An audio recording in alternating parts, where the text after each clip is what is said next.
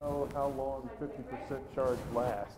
1, 2, 1, 2. If it goes dead, well, it needs to be over 50. 1, 2, 1, 2. I did have it, didn't I?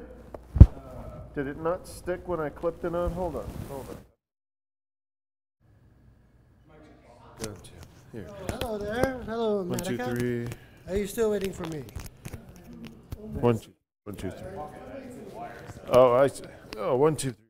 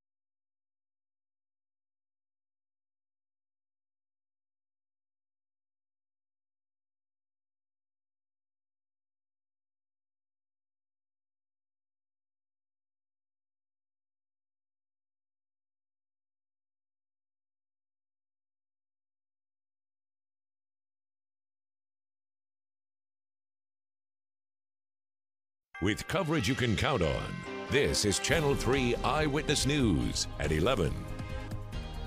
Good evening. Thank you for joining us. I'm Greg Glover. And I'm Cindy Sexton. New at 11, a Whitwell Middle School student will not be allowed to return to class. Police are investigating the sexual assault of 2 other boys at a space camp in Huntsville. The director of schools tells our Kate Smith how his staff learned about the alleged assault and what steps are being taken.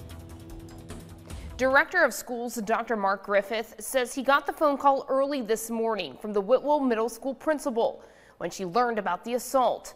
That launched an immediate investigation. This is extremely serious, and the situations like this won't be tolerated by the Marion County school system. Staff members called Dr. Mark Griffith when they learned 2 6th grade boys may have been assaulted by a classmate. He says the incident started as horseplay and tickling, but led to inappropriate touching. If that was horseplay, it definitely went too far into the assault situation. 18 students from Whitwell Middle School were in Huntsville for an overnight field trip at the space camp. The students stayed in a dormitory. When they woke up, one of the victims went to a counselor and explained what happened. The space camp provides a chaperone there. Our folks are down there with them, but just for the daily activities throughout the day. They don't actually stay in the dormitories. Space camp folks, they provide those chaperones there. Griffith says the authorities and school administrators were notified immediately. The parents of the student accused in the assault were called to pick him up. He is now back here. The parents went down and picked him up and brought him back. He is facing expulsion depending on the DHA recommendation next week. School counselors were sent to Huntsville to be there for the 2 victims. Their parents chose for them to stay at the camp and receive that support. Griffith plans to travel to Alabama to work with investigators and take a hard look at field trip rules. All the parents were notified of the situation and safety precautions have been put in place that this doesn't happen in the future. Dr. Griffith couldn't tell Channel 3 if the student accused in the assault has a discipline record, but he tells us to go on an overnight field trip. The criteria is good grades and good behavior throughout the school year. In the studio, Kate Smith, Channel 3 Eyewitness News. It's not clear what potential criminal charges that boy could face. That'll be up to Alabama authorities. 3 buses were involved in a crash in Dade County, Georgia this afternoon. And we are told one child was taken to the hospital. All the other children on board were taken to Dade County Middle School. The crash happened on Highway 11 near the Ingalls Market in Trenton just after 3 o'clock today. Officials say 7 students were checked out by EMS workers while at the scene and 1 student to the hospital for minor injuries.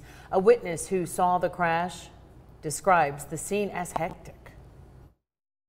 Hectic, real hectic, like it normally is, but then you see fire and EMS and all that coming, and I was afraid somebody was actually hurt. My child rides the bus, and you know, he texted me from home and told me he was okay, but yeah, they were just sitting there. The cause of the crash is still under investigation. Lovely night out there this evening. Even some comments about a pink moon out there, yeah. Paul. It's a big one anyway. It was peeking through the clouds. Quite beautiful, Paul. You know, it's called the full flower moon. Oh. That's what it's called. Yeah, it's a beautiful moon, too. And now there are some pretty good thunderstorms north of Interstate 40 up near Cookeville, north of Nashville, heading right towards Cumberland County, too, on your Crossville. And big thunderstorms further out to the west. And most of these showers and storms are going to hang north of us. Some of them could sneak into some of our northern counties, but what we're looking at right now in Vipercast is just some scattered showers. We think they're going to weaken before they actually get here. Just a little, they could move a little bit south of Interstate 40 though. And then coming up through the day tomorrow, a line of showers and storms will move by at around noon with scattered showers and storms by 5. Into the evening and overnight hours, more scattered showers and thunderstorms will start popping up, and they'll go into the Blue Ridge. This is 7 o'clock in the morning on Saturday, and then by Saturday afternoon around noon, still some leftover showers into the Blue Ridge Mountains. Then we'll start to see some clearing into Saturday night, and Sunday looks like a fantastic day. As far as rainfall goes, the heaviest rain should be north and east of the city. We're thinking maybe an inch to 2 inches up there, but generally about, I think on the average, it's going to be about 3/4 of an inch of rain across much of the area. Now the complete 7-day forecast and a peek into next week is coming up in a little bit.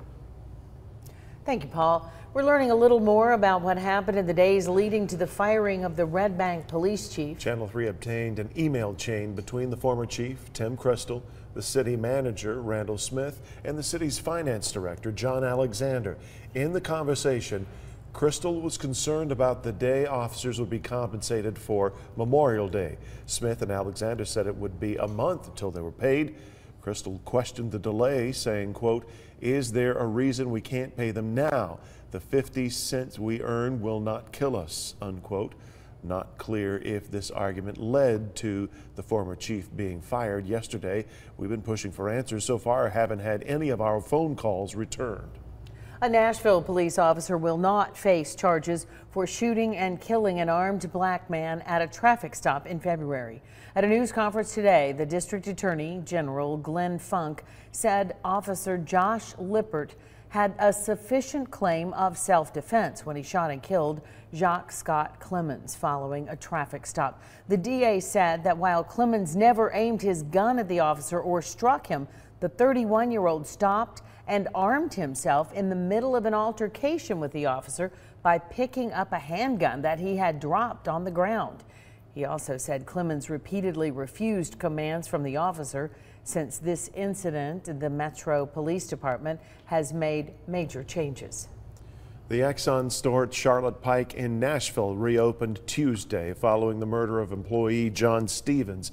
Stevens, an 8-year employee, lost his life in a shooting there on May the 2nd. Store owner TriStar Energy will donate profits from the first week of sales following the reopening to the Stevens family. TriStar also donated to the Metropolitan Nashville Police Support Fund at the Community Foundation in recognition of their efforts to find the suspects and for the compassion for the family of Stevens. Chattanooga leaders are discussing plans to change the flow of traffic downtown. The city is considering hiring a firm to discuss converting some one-way streets to two-way streets. The city converted several one-way streets 10 years ago. This would be the second phase. The city still has 7 remaining one-way streets downtown, including portions of 5th, 6th, 7th, and 8th streets. The idea is popular with people living and working downtown. That would help us just the flow of our business. We need more people, generate more people coming in, which also helps us gain more. We can hire more employees, and it's beneficial just all the way around. On May 16th, the City Council will decide whether to spend $70,000 to hire a consulting firm. We have a list of the streets that would be affected on our website, WRCBTV.com. A bridge will be replaced over I-24 in Dade County. That means a huge traffic backup for drivers. Tonight, drivers can expect eastbound traffic on I-24 to shift to a newly paved crossover. Then on Friday at 9 p.m., work will begin moving the bridge. TDOT says marked detours will be provided. The work is supposed to last until Mother's Day on Sunday. All of your traffic concerns, visit our website or download our WRCB app, free for Android and iPhone. Tickets for this year's St. Jude Dream Home are selling fast. If you're dreaming of owning that dream home, we are looking at a possible earliest sellout yet.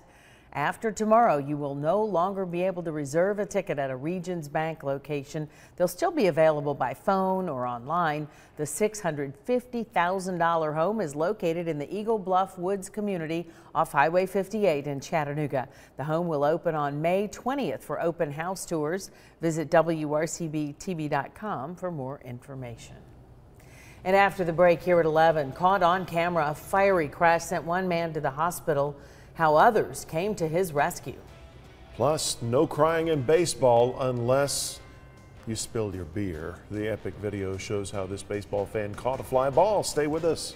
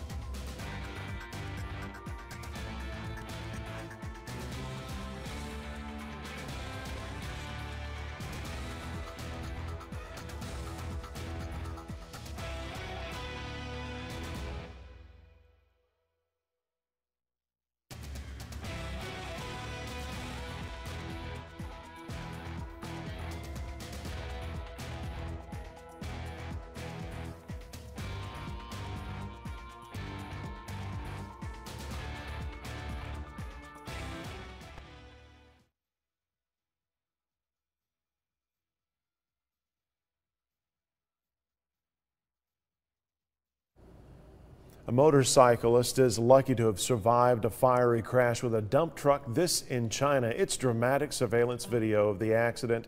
You see the motorcyclist crashing into that dump truck. Then the truck burst into flames. Fire quickly engulfed the entire cabin of the truck and that rider there too. The truck driver and his companions managed to escape and pulled the motorcyclist away from the flames. Called in firefighters and medical assistance for the man. Took about 40 minutes for rescuers to put the fire out. The man on the motorcycle was rushed to a hospital there in China. Doctors say his injuries, believe it or not, are not life-threatening. Wow. A no-look splashdown for one lucky fan at a Carolina Mudcats baseball game. A foul ball ricocheted off the stadium roof and landed in an unsuspecting fan's beer cup. There you see it. Plop. After a quick celebration, the fan realized the ball was lodged in his cup. Without hesitation, he hit his beer cup until the ball came out. It's okay, just a little spilled beer. It's one souvenir and beer the fan won't ever forget. He didn't use any skill to grab that ball. He shouldn't get to keep it. He should have to return that one, right? Unearned. So many people take their gloves to make that catch. He didn't do anything. He just sat there. That's it. Coming up on Eyewitness News at 11, a school resource officer's job is to protect students. But we're learning one SRO is going above and beyond his call of duty. We'll share his story and tell you how he's influenced many in Hamilton County, especially one adult.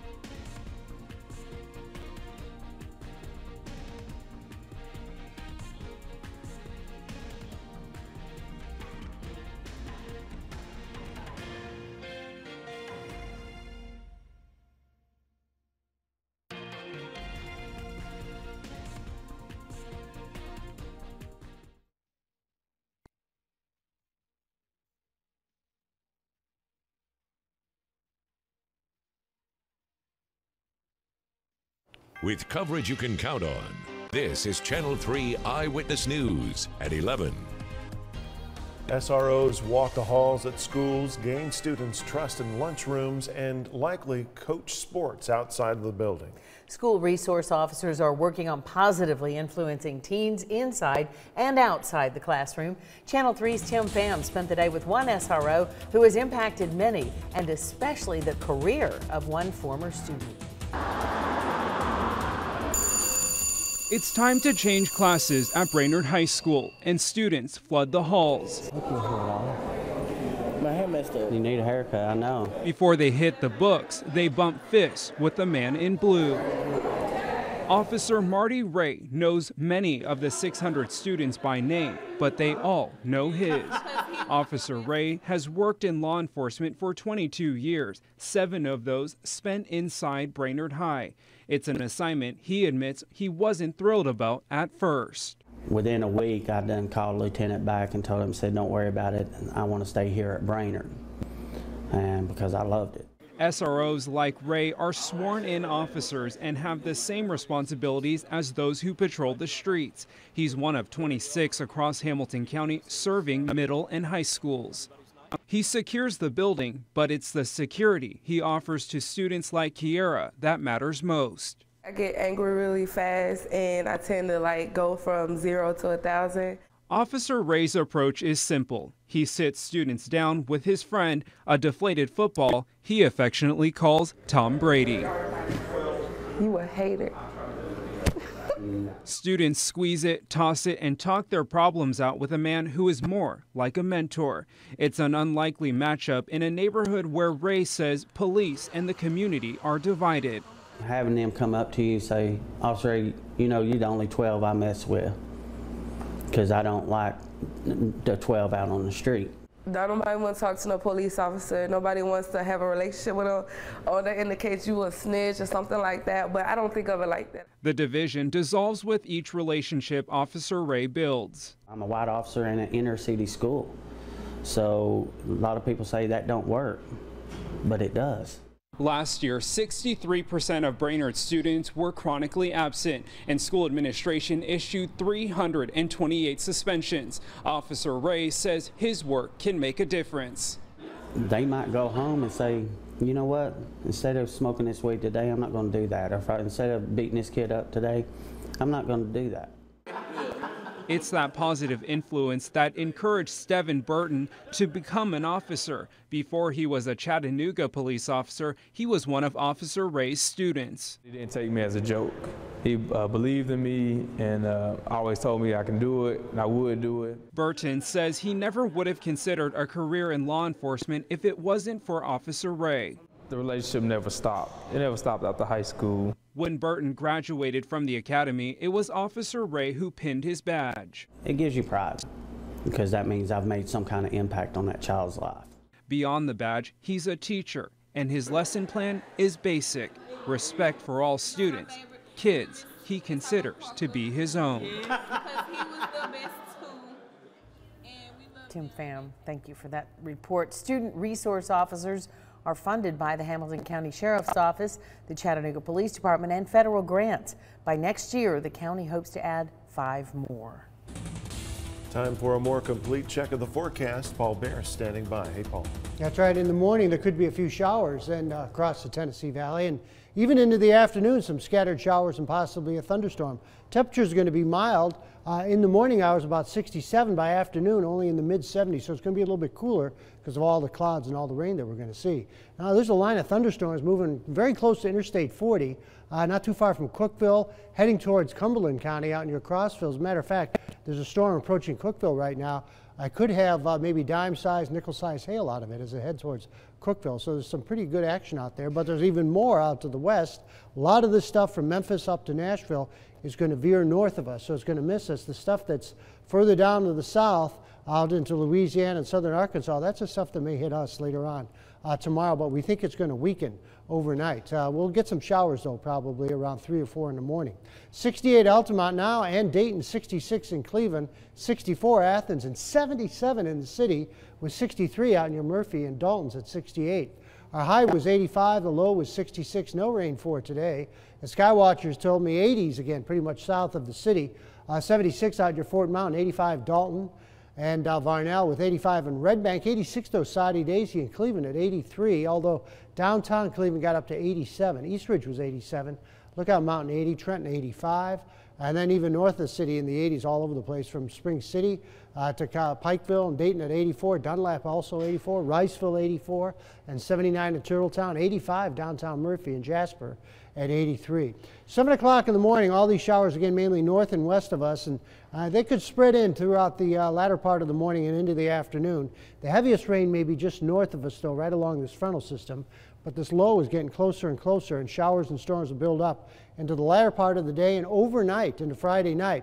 Now Saturday morning, these showers may be lingering depending how fast that low moves out of here, but by Saturday afternoon we'll start to see some clearing, and I think better weather will move in for Sunday. I don't think there's any doubt about that. We're going to have just a wonderful Mother's Day coming up. By Sunday evening looks clear. Monday looks clear. We'll start to see warmer weather come back in on Monday. I'm thinking about 0.8 of an inch of rain on average across the valley, but some places could get more than that if you get under a good thunderstorm. Tonight, a few more clouds. It'll be mild. Now for tomorrow, showers and thunderstorms, but it is not, I repeat, not going to be an all-day rain. They're going to be scattered. Some of them could be briefly heavy with 75 for the high. Tomorrow night, some more scattered showers and thunderstorms with 61 and northerly winds, so you might have to do a little bit of dodging. And then on Saturday, some morning showers. Best chance will be east of the city towards the Blue Ridge, and only 76. It'll be breezy too coming up on Saturday, but Mama's Day looks wonderful. 84, lots of sun, low humidity, and then warming up into next week, and looks generally dry until the end of the week. We may see an isolated shower too then. Paul, thank you. Okay. Mama's Day being nice is just perfect. It is. Yeah, it's going to be really good. Thank you. Okay. Next in sports, Ringgold tries to join 4 other local teams in the state baseball semifinals. Plus in Tennessee, McCallie opens state tournament play, all while the Howard Hustlin' Tigers make school history on the soccer field. That and more next in sports.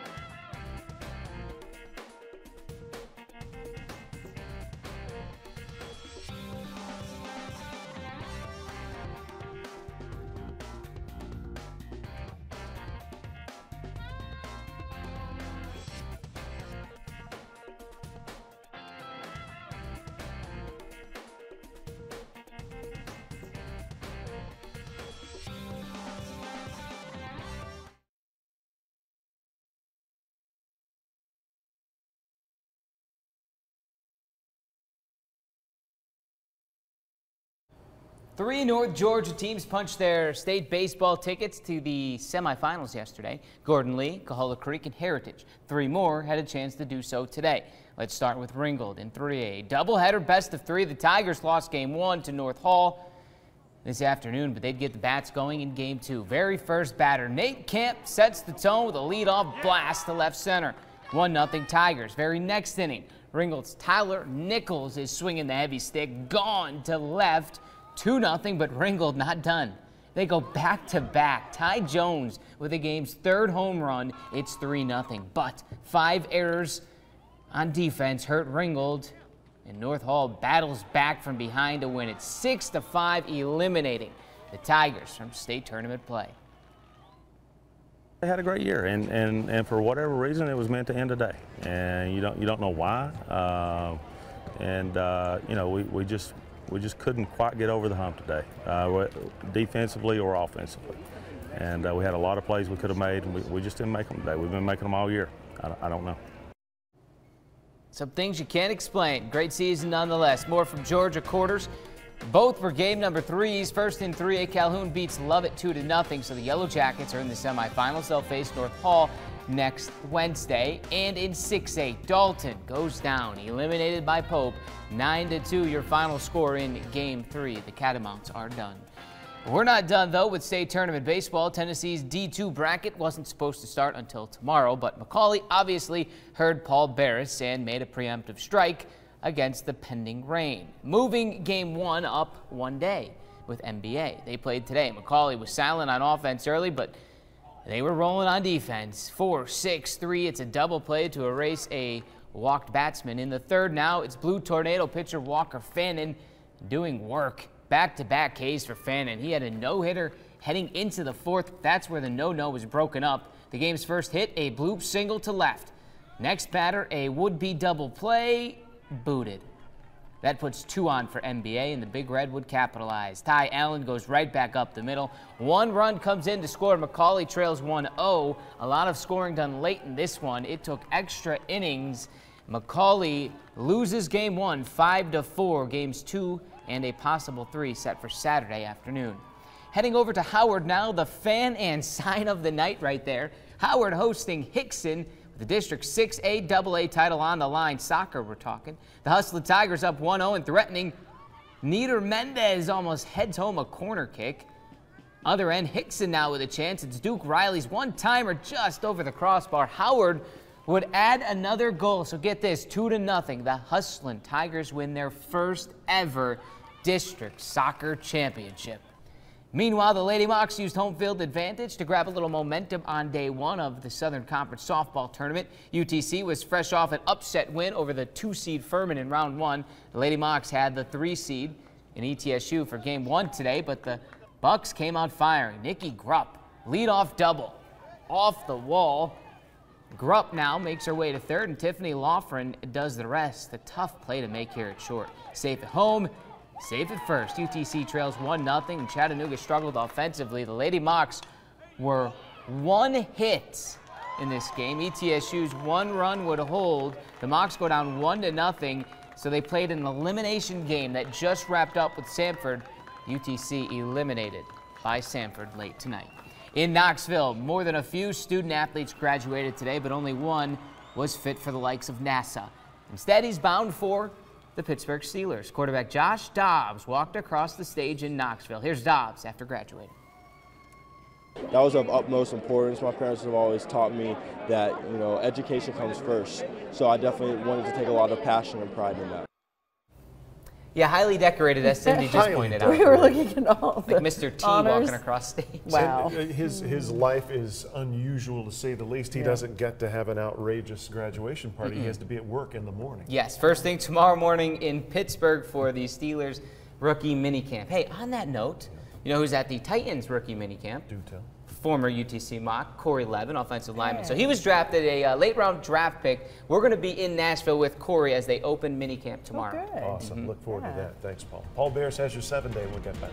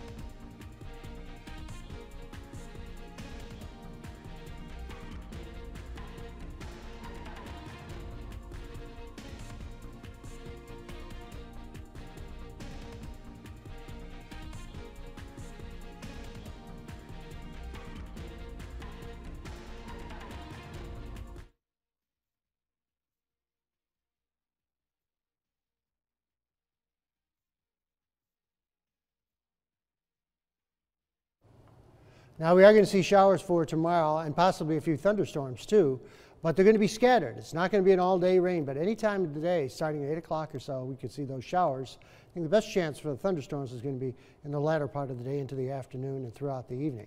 So an excellent chance for that rain tomorrow. Showers will fade out hopefully by Saturday afternoon, but in the morning there'll be a chance, especially east of the city. It'll be breezy, and Mother's Day looks wonderful at 84. Paul, thank you. Our late show producer's been saving this one, so I expect a huge payoff. For the second time in 3 months, a Georgia man has been arrested for an incident involving pork chops. Pork chops. Athens Clark County Police say this man, 29-year-old Terry Ball, was arrested for violation of a family violence bond order. Police say the order stemmed from a February arrest. He's accused of assaulting his 60-year-old mother with a pork chop. His mother called police this week saying he was trying to fight everyone in the house. Police say he claimed to be upset because his family ate his pork chop, forcing him to eat noodles. I have questions. Not enough time, though. Many questions. Not enough time. Hey, the question that needs to be answered is what day is tomorrow? Tomorrow. That's right. Hey, don't forget, it's Friday. Hang on to your pork chop.